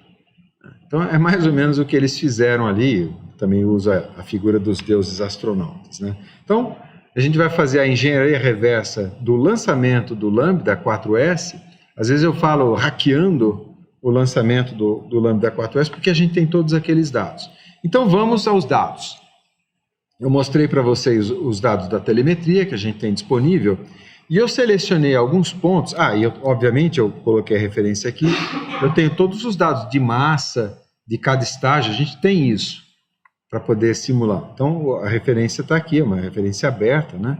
Então eu tenho os dados da telemetria e selecionei alguns pontos notáveis aqui para a gente fazer a nossa programação para incluir nos nossos modelos de simulação da trajetória. Então eu tenho aqui, deixa eu tirar o óculos para enxergar melhor, né? Eu tenho vários pontos de aceleração, né? Aqui eu estou destacando as acelerações, o desligamento do booster, tá? Então são pontos notáveis que eles vão aparecer na nossa programação. O importante aqui é o seguinte, são esses tempos, tá vendo? 7,1, 24,5, tá? Mais fácil, bom, o gráfico era comprido, eu quebrei em dois, né? Então, o acionamento aqui do outro estágio, de 37,2 até 74,1, tá vendo? Ele vai ganhando, vai acelerando, acelerando, acelerando. Na verdade, por que a aceleração vai aumentando? Porque a massa do foguete vem diminuindo, a força é constante, a massa diminui, então é como você carregar um balde cheio d'água furado. Então, no início, você tem que fazer muita força para carregar o balde, mas no fim, que ele vai perdendo massa, né, vai ficando mais leve a cada momento. Né? Mais ou menos isso. Tá, e aí, a parte final do lançamento, isso aqui é só para mostrar os pontos notáveis, eu vou usar, na verdade, essa figura aqui. Tá? Essa figura é, digamos, a programação temporal, tirada daqueles gráficos dos slides anteriores, que está resumida aqui, ó. Vou até dar um zoom ali para vocês verem, né? Seria o seguinte, ó, tá vendo? T igual a 0, ignição dos boosters mais o módulo 1, e aqui é a variação da massa seca, variação da massa de combustível e a massa total do foguete. Então, até 7,1, fim do booster, tá? 7,1 alija o booster, então a massa, tá vendo? A massa do foguete cai de um tanto aí, que é a massa do booster alijado, ok? Então está toda a programação temporal, isso é tirado, essa tabela é tirada dos gráficos da telemetria que eu mostrei nos slides anteriores. Tem uma coisa importante aqui, que é o seguinte, acho que é mais fácil mostrar aqui. Existem alguns períodos, tá vendo? Esse gráfico aqui é o tempo, e aqui a massa do foguete. Existem alguns períodos em que a massa do foguete não varia, porque ele não está gastando propelente. Na verdade, está gastando, mas é uma quantidade muito pequena. Esses períodos, ele está acelerando rotacionalmente para estabilizar o foguete. Isso aí é um problema de navegação, como foi perguntado, mas não influi no nosso problema aqui. Então, eu vou desprezar esses tempos aqui de estabilização giroscópica e vou considerar essa programação aqui, ó, tá? Essa programação aqui. Então, eu adaptei a tabela do slide anterior para excluir a estabilização giroscópica, considerando que o dispêndio de propelente para isso é muito pequeno, tá? E não tem mais aqueles patamares. Então, esse gráfico aqui, olha, é o meu gráfico de M ponto, que entra nessa posição aqui da equação. Ok? Gráfico de M ponto. E ele é o gráfico que a gente tem que usar para estudar a estratégia de estagiamento. Então, se eu quero estudar uma estratégia de estagiamento com equações mais elaboradas, que o que eu mostrei para vocês é só a equação de Tsiolkovsky. Se eu quiser estudar de forma mais elaborada, então eu tenho que ter uma programação assim. E é bem elaborado isso, porque são vários estágios aqui, não são só 2 ou 3. Correto? Então, isso é o que a gente vai usar, e isso é em cima dos dados ali, né? E isso é tirado lá da telemetria. Ótimo. Então, a simulação do Lambda 4S. Modelo atmosférico, isso vem da aula passada, já expliquei para vocês. A gente vai usar o modelo da atmosfera padrão ISO, então vou usar simplesmente esse decaimento exponencial. E aí alguém que perguntou, finalmente eu vou falar do CX. Como eu disse para vocês, essa simulação, o foguete nosso vai alcançar velocidades muito altas ainda dentro da atmosfera. É difícil você encontrar dados de CX, que é o coeficiente de arraste aqui, para altos números de Mach. Por que é difícil? Para levantar isso aqui, você precisa de um túnel de vento supersônico. E é bastante difícil você operar, porque gasta muita energia, etc. Fora isso, tem um outro problema, que é o desenvolvimento, infelizmente, né, de mísseis e obus, né, como é que chama? Bomba, para você atirar de canhão. Então, assim, a aerodinâmica de uma bala de fuzil, Mach 2, por exemplo, ou de uma bala de canhão, é tudo supersônico e alto supersônico. Então, é uma área sensível de pesquisa e o pessoal não gosta muito de divulgar isso aí. Então, é difícil ter dados na literatura aberta para altos números de Mach. O que a gente faz? Vamos de novo para a NASA. A NASA tem dados, que eu achei pelo menos, do Agena e do Saturno. Os dados de CX para Mach até 7,5 mais ou menos, a gente tem para o Saturno e para o Agena, que é aqui, ó. É a curva alaranjada e a curva azul. Repara que interessante. Inicialmente, ó, aqui é Mach 0, então inicialmente você começa com um certo CX, ele diminui um pouquinho, e perto de Mach igual a 1, você tem um máximo de coeficiente de arraste. O coeficiente, imagina que o foguete está aqui, a ogiva do foguete, a frente do foguete está aqui. Então, você tem o máximo de força de arraste atuando, na verdade, distribuidamente em todo o foguete, mas digamos que seja a força aqui. Você tem a força de impulso atuando aqui. Então, você está o quê? Comprimindo o foguete. O foguete, o que é? Ele é uma estrutura delgada. Então, o que ele pode fazer? Pode flambar estruturas, né? Vocês já fizeram resistência dos materiais, estabilidade lateral, o foguete flamba.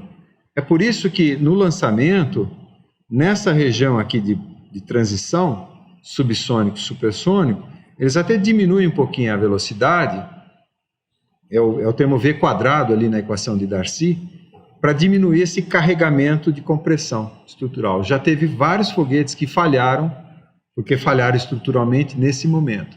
Os alemães já foram os primeiros, com as V2, foram os primeiros a descobrir isso.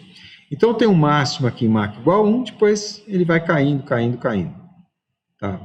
Bom, o que nós vamos fazer aqui? Vou interpolar essas duas curvas mais ou menos mente, que é essa curva preta aqui, e é a curva que a gente vai usar. Essa curva, ela está representada aqui. Tá? Então, eu tenho aqui uma equação esquisitíssima aqui, mas foi o melhor que eu consegui. A equação mais compacta que eu consegui para representar essa curva preta aqui. E esses coeficientes A1, N1, A2, A3, e N2, A4 e A5 estão aqui. E sabe que método eu usei para achar esses coeficientes? Método da formiguinha. Tá? Então, você podia ter usado o método... Não dá para usar o mínimos quadrados, porque não é um problema linear de otimização. Né? Então, você usa um método, pode ser algoritmo genético, método da formiguinha, que eu usei aqui, para chegar nessa equação. Essa equação vocês podem usar em projeto. Tá? Porque ela vem, na verdade, das equações do Saturno V e do Agena. Se o seu foguete for muito diferente disso, então use outra equação, mas eu não sei dizer. Como é que a gente mede a eficiência propulsiva? Que eu estou querendo mostrar. Então, normalmente a gente monta o motor numa bancada. Aqui eu estou explicando mais ou menos o que é a bancada e por que a gente mede em segundos a eficiência propulsiva. Então a gente monta numa bancada. Essa bancada permite o motor se deslocar na horizontal sem restrição, atrito igual a zero. Então tem os rolamentos aqui, são esses azuisinhos aqui, ou roxinhos, né, centralizando o foguete. Você tem uma célula de carga aqui para medir a força propulsiva e tem o bocal de exaustão e o seu propelente está ali. Digamos que seja um propelente gasoso, que seja, então você mede a vazão de gás que você está introduzindo lá. Então, isso é a forma que a gente tem de medir eficiência propulsiva. O que é eficiência propulsiva, então? É aquilo que eu não gosto muito dessa definição, mas ela é bastante útil nesse caso. É aquilo que você quer, o impulso, a força, dividido por aquilo que você gasta. O que você gasta? Propelente. Então, o impulso produzido dividido pelo propelente consumido. Então, o que é o impulso produzido? O impulso produzido é a integral do impulso. Tá? E o que é o propelente consumido? É a variação da massa. Então, a integral do M ponto, tá? Que é, na verdade, o ΔM. Então, isso é até fácil de medir. Por exemplo, se for um motor sólido, motor de combustível sólido, eu posso pesar o foguete antes, peso depois, eu tenho o ΔM. Então, o denominador é tranquilo, tá? É ΔM. O numerador, eu meço o impulso aqui e integro no tempo. Quer dizer, essa célula de carga me dá a variação do impulso no tempo e eu integro. Eu vou mostrar gráficos já para vocês, né? Vou mostrar agora. Por exemplo, um motor sólido, eu estou aproveitando o frete para ensinar duas coisas. Estou falando agora de um motor sólido, isso aqui é o booster do ônibus espacial. O motor sólido, vocês sabem, você não consegue controlar a injeção de combustível, porque ele é sólido, ele está grudado aqui nas paredes. O que você pode fazer é alterar as cavidades ali, porque conforme vai consumindo combustível sólido, você consome, né, por combustão. Aliás, o combustível ele já é uma pasta que tem o combustível e o comburente, por isso que é perigoso. Começou, não para mais, tá? Então ele vai produzindo gás, esses gases vêm para essa região central aqui e acabam escapando aqui na tubeira. Modulando essas cavidades, você consegue modular a força. Então, cavidades estrela. E o ônibus espacial, ele tinha diferentes cavidades em diferentes seções aqui, para poder modular a força, como vocês estão vendo aqui. Então, é o que a gente consegue medir ali. Ótimo. A gente tem esses dados para os motores do Lambda. Então, aqui, de novo, eu queria ler japonês para ler o que está escrito aqui, mas o que eu fiz, então? Eu mais ou menos, graças a Deus, eles escreveram aqui de forma que a gente possa entender, né? Então, tempo, força propulsiva, eu integrei, consegui calcular a área da curva aqui e usei isso daqui. Então, aqui, deixa eu só desestagiar o meu slide, né? Então, colocando esses dados todos que eu tenho, com aquela programação que veio ali do estagiamento, desprezando o giro, a estabilização giroscópica. Então, eu estimei isso que eu falo que é hackear, ou fazendo a engenharia reversa, né? Estimei o que seria a eficiência propulsiva dos motores, em 252, pela definição do slide anterior. Tá? Então, eu vou assumir, isso aqui eu só achei para o booster, mas eu não tenho para os demais módulos. Aliás, para um eu consegui achar e para o outro não. Então, eu vou arbitrar aqui uma média, tá? 252, que era do booster, 221, então vou arbitrar uma média de 230, é o melhor que eu consigo fazer. Tá? Engenharia também é trabalhar sem dados, então você dá o chute o melhor que você pode. Né? Então vamos com esses dados todos na nossa equação de trabalho. Aqui eu entro com aquele impulso que eu acabei de explicar para vocês de onde ele vem. Tá? O delta é igual a zero porque os japoneses estavam impedidos de vetorizar o impulso por causa daquelas coisas. Né, e recentemente eles mudaram a Constituição, agora eles, quer dizer, recentemente não, depois eles mudaram a Constituição para poder, porque foi uma Constituição imposta pelos aliados no pós-guerra. Depois eles mudaram para poder vetorizar o imposto, porque ele se integrou, né? E mais recentemente, eles tiraram uma outra restrição na Constituição, que era não ter forças armadas de ataque. Só forças armadas defensivas. Agora eles mudaram isso, eles podem ter, até porque não faz muito sentido, porque às vezes se defender é atacar. Não sei se vocês estão acompanhando a guerra na Ucrânia lá, mas foi isso que os ucranianos conseguiram agora recentemente. Atacando a Rússia, né? E, bom, tem toda uma lógica lá. E vai aparecer uma corujinha aqui em função, né, do delta, nem sei o que é, não lembro, mas no caso então é zero vetorização do impulso. Que mais? O meu CX. A área eu tenho, porque eu tenho os dados geométricos do foguete, né? E eu vou usar o modelo atmosférico da ISO e o coeficiente de atrito, coeficiente de arrasto aerodinâmico, que eu inferi ali do Saturno V e do Agena, que não é igual, mas também não é muito diferente. Né? Que mais eu tenho? E a estratégia de estagiamento, que agora eu não otimizei, eu simplesmente peguei ali dos dados que eu tinha, que é aquele gráfico de estagiamento. Tá? Então a gente tem tudo para simular agora. Né? E o que eu preciso impor adicionalmente é a equação subsidiária do do ângulo de trajetória. Esse gama tem um nome, é o ângulo de trajetória. Né? A simulação, como eu disse para vocês, é feita em diferenças finitas, então o gama, num passo de tempo k, é usado para atualizar a velocidade atualiza o gama, né? E esses, né, são os resultados da minha otimização. Então, vindo aqui, quais foram os resultados de simulação? Eu não vou mostrar a simulação propriamente, né? Eu vou mostrar os resultados deles, porque eles usaram exatamente essas equações aqui para fazer a simulação. Então, com vários ângulos iniciais, que lembra, o delta é sempre zero, né? Porque eles não podem ter delta de t, eles descobriram, já vou mostrar o gráfico, que o 64 graus aqui era o ideal para aquela missão de lançamento orbital. Tá? Bom, então vamos lá.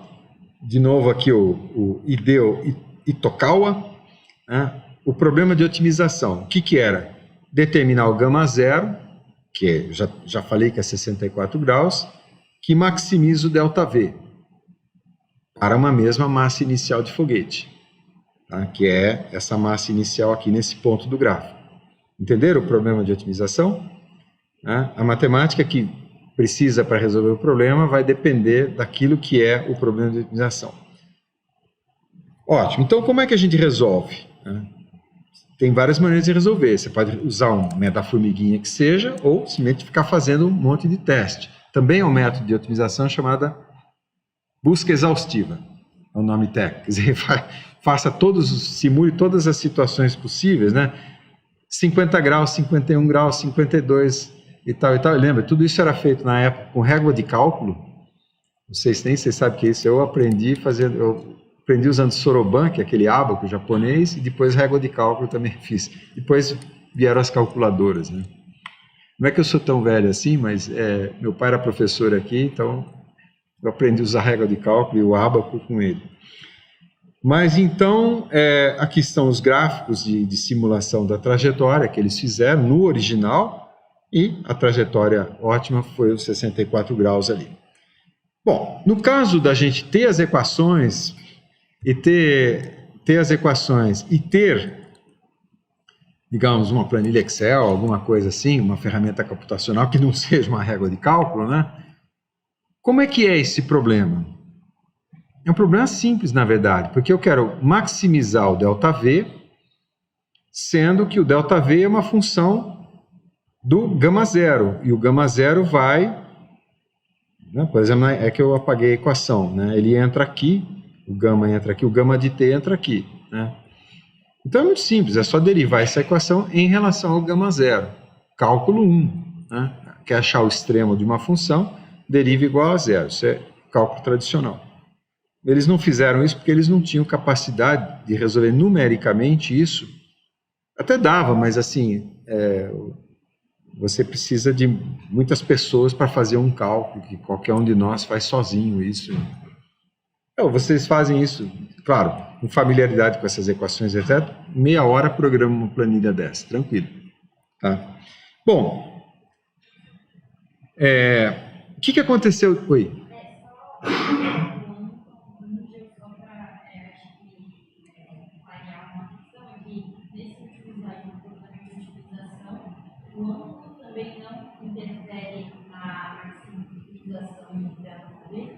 O que interfere é esse ângulo inicial aqui. Se você põe 50 graus é uma coisa. Se você põe 50 e não faz mais nada, você vai ter um ΔV. Se você põe 51 é outro ΔV, entendeu? E é só o ângulo inicial, porque os demais ângulos de trajetória vão resultar da simulação. É como você simular um lançamento que você tem só a condição de um lançamento de um canhão, que seja.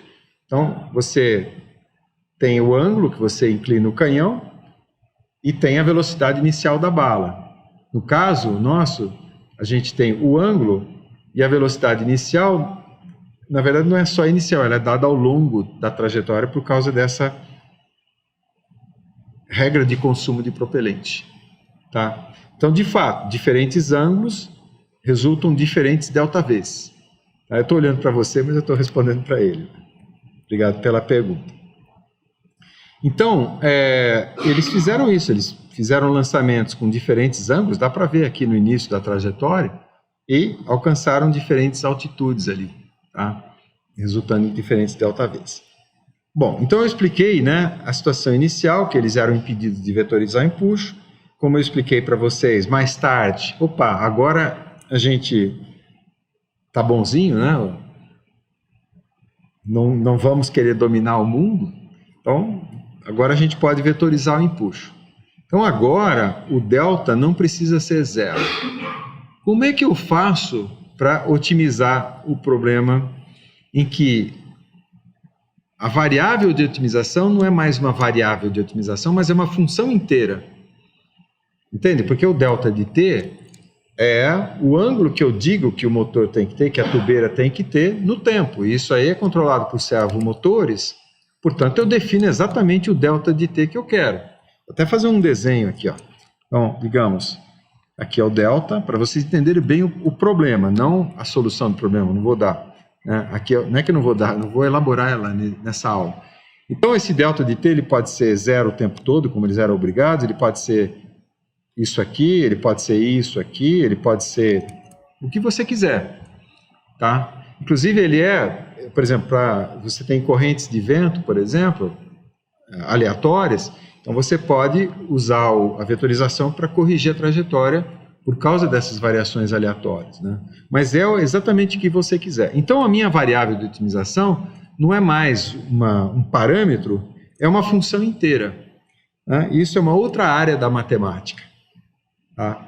Então, o nosso herói ali, o Hideo Itokawa, ele está se perguntando, agora eu posso vetorizar o empuxo. Como é que eu vou resolver esse problema de otimização? Porque é a mesma coisa.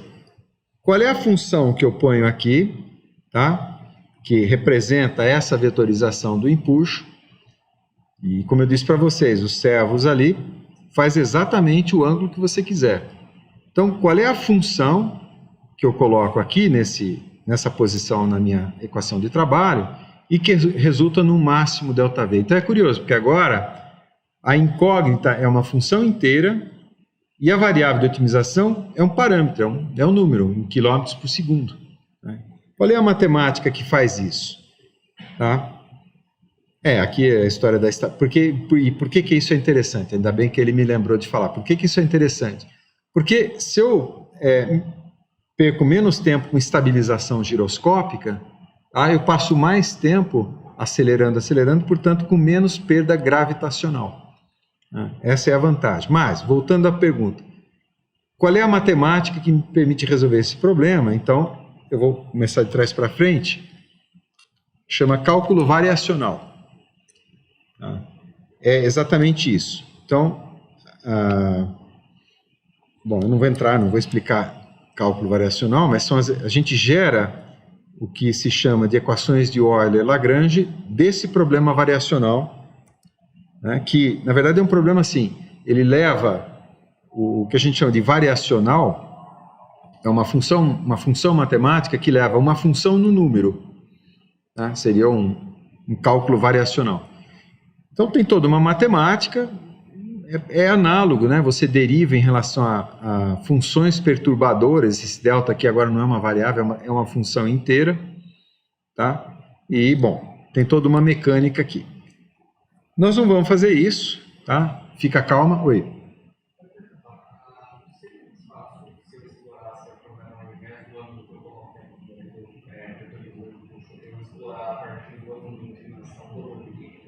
Sim, mas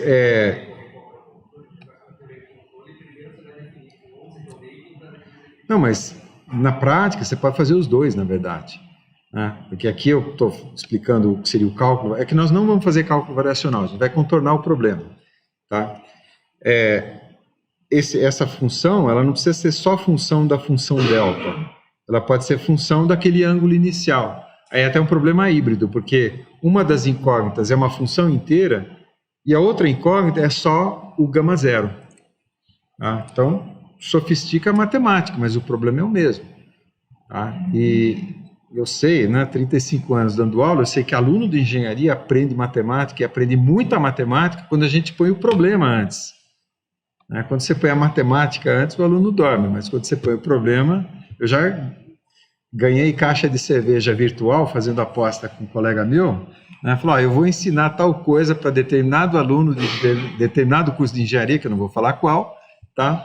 Que era um método matemático, é o Newton Raphson, né? Para N equações, N iguais. E o professor desse departamento, que eu não vou falar qual, né? Apostou uma caixa de cerveja simbólica comigo, os alunos fizeram e aprenderam, porque eu pus o problema antes, né? Tá? Mas então nós não vamos fazer cálculo variacional, só quis mostrar para vocês o caminho mais, digamos assim, mais sofisticado e, portanto, com maior potencial de gerar resultados. Nós vamos contornar o problema. O que nós vamos fazer? O Hideo Itokawa é um gênio, mas ele faltou das aulas de cálculo variacional. O que você faz quando você precisa resolver um problema, mas não tem a ferramenta de excelência para resolver aquele problema? Você dá um jeito, né? Qual é o jeito que ele pode dar? É fazer o seguinte, olha, se a função de vetorização do empuxo é qualquer, porque eu controlo os servomotores, então eu vou impor uma determinada função. Ou seja, eu vou transformar o problema de cálculo variacional num problema de cálculo tradicional. Então eu vou impor uma curva de vetorização do empuxo, que é, por exemplo, essa daqui. Essa curva é tipo uma gaussiana, né? Eu vou até desenhar aqui em cima. É alguma coisa do tipo f de x é igual a x quadrado exponencial de menos x quadrado. Vocês já viram isso aqui? É uma curva gaussiana, que é exponencial de menos x quadrado, vezes uma parábola. Então a curva, eu vou desenhar aqui na horizontal, né? A curva ela sobe rapidamente, porque no início a parábola sobe mais rápido do que a gaussiana cai, depois ela cai e vem a zero exponencialmente. Ela é ligeiramente assimétrica, tá? Então é isso que ele fez.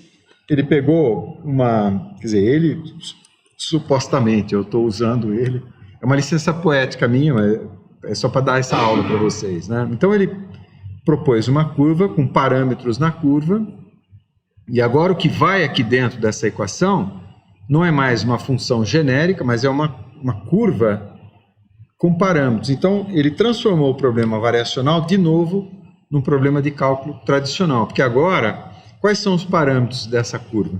O delta estrela, que seria o máximo de vetorização do empuxo, numa determinada altitude, h estrela, a ser determinado. Então, tanto o delta estrela quanto o h estrela são parâmetros a serem determinados. Se são parâmetros, eu posso derivar a função em relação a esses parâmetros usando métodos tradicionais de cálculo. Tá? De novo, na realidade não foi isso que ele fez o que eu chamei de busca exaustiva, tá? Mas eu só estou mostrando os caminhos matemáticos para se fazer a coisa. Se vocês puderem, façam cálculo variacional. Se não puderem, proponham uma curva e otimizem naquela família de curva. O que vocês estão fazendo? Ou o que vocês estão perdendo? A solução ótima, obtida via cálculo variacional, pode ser muito diferente dessa família de curvas, porque essa família de curvas representa um subespaço vetorial das soluções do problema. Tá? Então, é assim que a gente faz. Bom, já meio terminando, né? Porque está quase 6 horas. Por que os primeiros lançadores orbitais japoneses não podiam ter vetorização do empuxo por causa da curvatura da Terra, devido ao intenso arraste aerodinâmico, para impedir o desenvolvimento de mísseis balísticos? É uma consequência do princípio da conservação da quantidade de movimento? É impossível saber. Tá? Dá uma olhadinha lá no... Está vivo ainda a transmissão, beleza? Deixa eu só ver quantos slides eu tenho ainda, pessoal. Isso. Então, eu vou só mostrar para vocês e eu termino a aula para vocês poderem pegar o ônibus, né? Então, vamos lá. Isso aqui eu dei aula, né? E normalmente eu chego sem tempo mesmo para fazer a programação, mãos na massa. E depois eu tenho o vídeo da programação dessa planilha. Essa planilha contém aquelas equações todas que eu mostrei. Na verdade, aquelas todas não, aquelas duas equações. Tá? Gerando a altitude, que seria esse gráfico azul, e a velocidade, que seria esse gráfico vermelho aqui. Tá? Então, eu ponho o gatinho aqui para me lembrar de olhar no relógio, e realmente eu não tenho tempo. Eu levo uma meia hora para programar essa planilha, mas eu não consigo fazer isso hoje com vocês, tá? Então, depois eu passo ela para vocês. Deixa eu ver se tem mais algum resultado. Aí em cima da planilha você gera um monte de coisa, faz um monte de testes, acionamento ali dos motores, tá vendo? Aqui até deixei os períodos de estabilização giroscópica, que eu não simulei, tá? Fiz várias, e aí diferentes ângulos, eu estou reproduzindo o lançamento, né? Diferentes ângulos de lançamento dão diferentes trajetórias, tá vendo? Aqui eu alcanço uma altitude orbital maior, aqui menor. É só a forma de usar ali as ferramentas, tá? Então é isso, pessoal. Dúvidas de vocês aqui? Amanhã a gente vai para as aulas 5 e 6. Obrigado.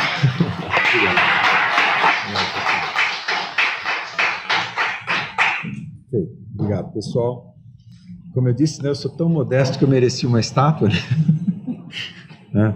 Tinha uma outra piada que era assim, era o sujeito megalômano, né? Aí, numa briga, numa discussão, um chamou o outro, você é muito megalômano. Eu, megalômano? Não, eu sou o maior megalômano do universo. É isso aí, pessoal. Obrigado. Oi.